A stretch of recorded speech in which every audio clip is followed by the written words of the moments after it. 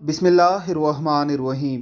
कारियों की कसरत और फुक़हा और उलमा की किल्लत भी अलामात क़यामत में से है। नबी करीम सल्लल्लाहु अलैहि वसल्लम ने ख़बर दी है कि क़यामत की निशानियों में से ये भी है कि क़ुरा की तादाद ज़्यादा हो जाएगी, उलमाए शरीयत कम हो जाएंगे।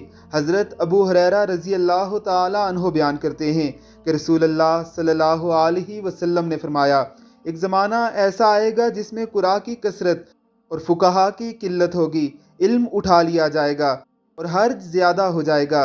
अर्ज़ किया गया, या रसूल अल्लाह सल्लल्लाहु अलैहि वसल्लम, ये हर्ज क्या चीज़ है? फरमाया, तुम्हारी बाहमी खूनरेज़ी। फिर इसके बाद एक दौर आएगा जब बाज़ लोग कुरान की तिलावत तो करेंगे मगर कुरान उनके गले से नीचे नहीं उतरेगा।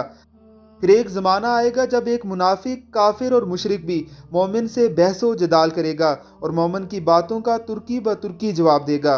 मामला इस वक्त और ज़्यादा ख़राब हो जाएगा जब उलमा के दुनिया से उठ जाने के बायस इल्म रुखसत हो जाएगा। जब कोई रब्बानी आलम न बचेगा तो लोग जाहिलों को अपना पेशवा बना लेंगे। उनसे जब दीनी मसाइल पूछे जाएंगे तो इल्म के बगैर ही फतवा दे दिया करेंगे। इस तरह वो खुद भी गुमराह होंगे और दूसरों को भी गुमराह करेंगे।